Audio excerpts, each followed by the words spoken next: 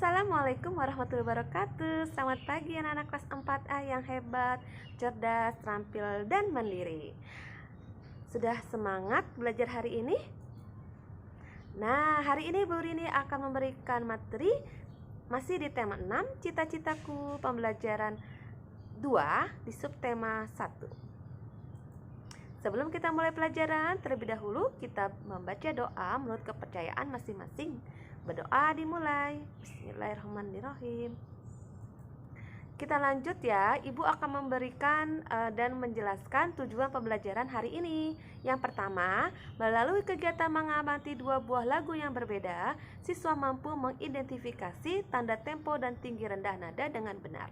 Yang kedua, melalui kegiatan mengamati 2 buah lagu yang berbeda, siswa mampu bernyanyi dengan tempo yang berbeda dan tepat.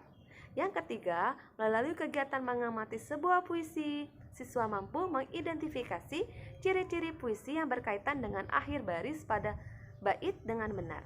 Yang keempat, melalui kegiatan mengamati daur hidup kupu-kupu dan belalang, siswa mampu membuat kesimpulan tentang daur hidup makhluk hidup yang berbeda dengan tepat. Kita lanjut di materi pertama, yaitu SBDP. Ibu akan menyanyikan lagu Kupu-Kupu yang Lucu ciptaan Ibu Sud. Nanti kita nyanyi sama-sama ya.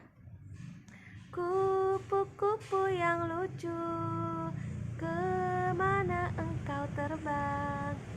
Hilir mudik mencari bunga-bunga yang kembang, berayun-ayun pada tangkai yang lemah.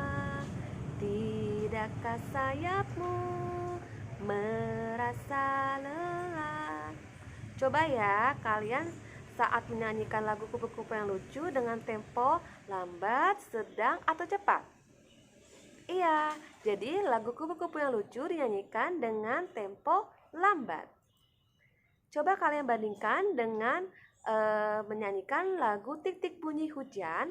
Bagaimanakah tempo yang kalian nyanyikan? Yuk kita sama-sama nyanyi. Tik tik tik bunyi hujan di atas genting, airnya turun tidak terkira. Cobalah tengok dahan dan ranting, pohon dan kebun basah semua. Ternyata di titik bunyi hujan dinyanyikan dengan tempo sedang. Jadi kalian bisa membedakan ya bagaimana menyanyikan dengan tempo lambat dan bagaimana menyanyikan dengan tempo sedang. Berikut akan Ibu jelaskan tentang istilah-istilah pada tempo lagu. Yang pertama, largo. Largo artinya lambat sekali. Kedua, lento artinya lebih lambat. Ketiga, adagio artinya lambat. Keempat, andante artinya sedang. 5, moderato artinya sedang agak cepat. Yang keenam, allegro, cepat. 7, vivace, yaitu lebih cepat. Dan ke-8, presto, cepat sekali. Nah, kesimpulan dari pembelajaran SBDP ini adalah tempo lagu digunakan untuk membantu penyanyi dalam menyanyikan sebuah lagu. Tempo lagu juga digunakan pemusik untuk mengiringi lagu tersebut. Salah satu alat musik yang digunakan untuk mengiringi musik adalah biola. Adakah di antara kalian ingin menjadi pemain biola? Wow, semoga cita-citanya tercapai ya. Yuk kita baca. Di sini ada puisi tentang cita-citaku ciptaan Angelika. Kita perhatikan bait yang pertama. Kalian sudah paham ya tentang bait? Nah, di bait pertama itu ada 4 baris. Kita perhatikan yang sebelah kanan ya. Perhatikan contoh berikut. Suara indah alat musik. Nah, di sini Ibu akan menjelaskan tentang rima. Kalian sudah paham arti rima ya? Rima adalah bunyi huruf vokal terakhir. Kita perhatikan. Suara indah alat musik. Yang terakhir katanya adalah musik. Musik ada huruf vokal yaitu A, I, U, E, O. Nah, musik di huruf vokal terakhir, di huruf vokalnya itu di kata musik, M-U-S-I-K. Huruf vokalnya ada kata U, ada huruf U dan huruf I. I adalah huruf vokal terakhir. Nah, berarti rimanya pada baris pertama adalah I. Yang kedua, alunannya tenang mendayu. Kata terakhir adalah mendayu. Huruf vokalnya adalah huruf E, A, dan U. Sedangkan huruf vokal terakhirnya adalah U, berarti rimanya adalah U. Seakan selalu berbisik. Kata terakhirnya adalah berbisik.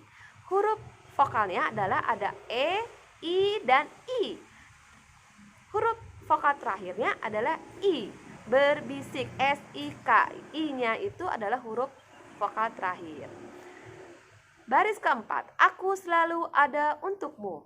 Huruf vokalnya adalah untukmu. Huruf vokalnya U, U. Yang berarti yang terakhir adalah U. Jadi rima untuk bait pertama adalah I, U, I, U. Bunyi vokal akhir pada baris puisi disebut dengan rima. Ada jenis puisi yang memiliki rima teratur, misalnya A, I, atau lebih dikenal dengan A, B, A, B. Rima tersebut biasa terdapat pada jenis puisi lama seperti pantun.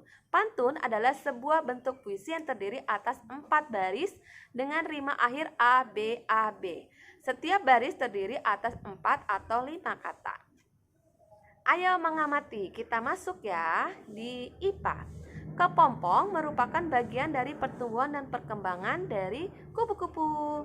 Kepompong itu ulat akan berubah menjadi kupu-kupu. Kupu-kupu terjadi pertumbuhan dan perkembangan makhluk hidup dari lahir hingga menetas hingga dewasa. Dan proses pertumbuhan dan perkembangan makhluk hidup mulai dari lahir atau menetas hingga dewasa disebut dengan siklus hidup. Jadi daur hidup adalah proses pertumbuhan dan perkembangan makhluk hidup mulai dari lahir atau menetas hingga dewasa disebut dengan daur hidup. Kita sudah mengetahui daur hidup yang kemarin di pelajaran 1, ayam, kelinci, dan kucing. Kali ini Ibu akan membahas perkembangan pertumbuhan kupu-kupu dan belalang. Proses perubahan bentuk selama daur hidupnya itu dinamakan metamorfosis. Jadi metamorfosis adalah proses perubahan atau perkembangan bentuk selama daur hidupnya ya. Di sini ada kupu-kupu. Kupu-kupu daur hidupnya pertama adalah telur, kemudian larva atau ulat, terus ulat menjadi pupa atau kepompong, kemudian dari kepompong berubah menjadi kupu-kupu dewasa ya. Jadi kupu-kupu daur hidupnya pertama adalah telur, kemudian larva atau ulat, ketiga kepompong atau pupa, yang terakhir adalah kupu-kupu dewasa. Coba kalian perhatikan ya, dari tahapan daur hidup tersebut, kupu-kupu mengalami proses pertumbuhan dengan tahapan yang berbeda. Dari telur, ulat, kemudian dari telur, kemudian ulat, kemudian kepompong, kupu-kupu dewasa. Bentuknya itu berbeda. Berarti kupu-kupu mengalami metamorfosis sempurna ya. Karena pertumbuhan dan perkembangannya mengalami perubahan bentuk dari awal sampai menjadi kupu-kupu dewasa. Bagaimanakah dengan belalang? Kita perhatikan belalang ya. Belalang daur hidupnya pertama adalah telur, kemudian nimfa tak bersayap, yang ketiga nimfa bersayap, kemudian baru belalang dewasa. Kalau kalian amati daur hidup belalang, bisa kalian amati bahwa ternyata belalang memiliki perkembangan tahapannya itu bentuknya hampir sama dengan belalang dewasa ya. Bentuknya hampir sama, dari bertelur kemudian ke nimfa tak bersayap, kemudian nimfa bersayap, kemudian ke belalang dewasa. Itu bentuknya sama seperti belalang dewasa. Berarti belalang mengalami proses metamorfosis tidak sempurna. Sebenarnya membandingkan metamorfosis sempurna dengan tidak sempurna itu lebih mudah. Kalian pahami aja, kalau metamorfosis sempurna mengalami tahapan hidupnya itu memiliki perubahan bentuk yang berbeda dengan dewasa.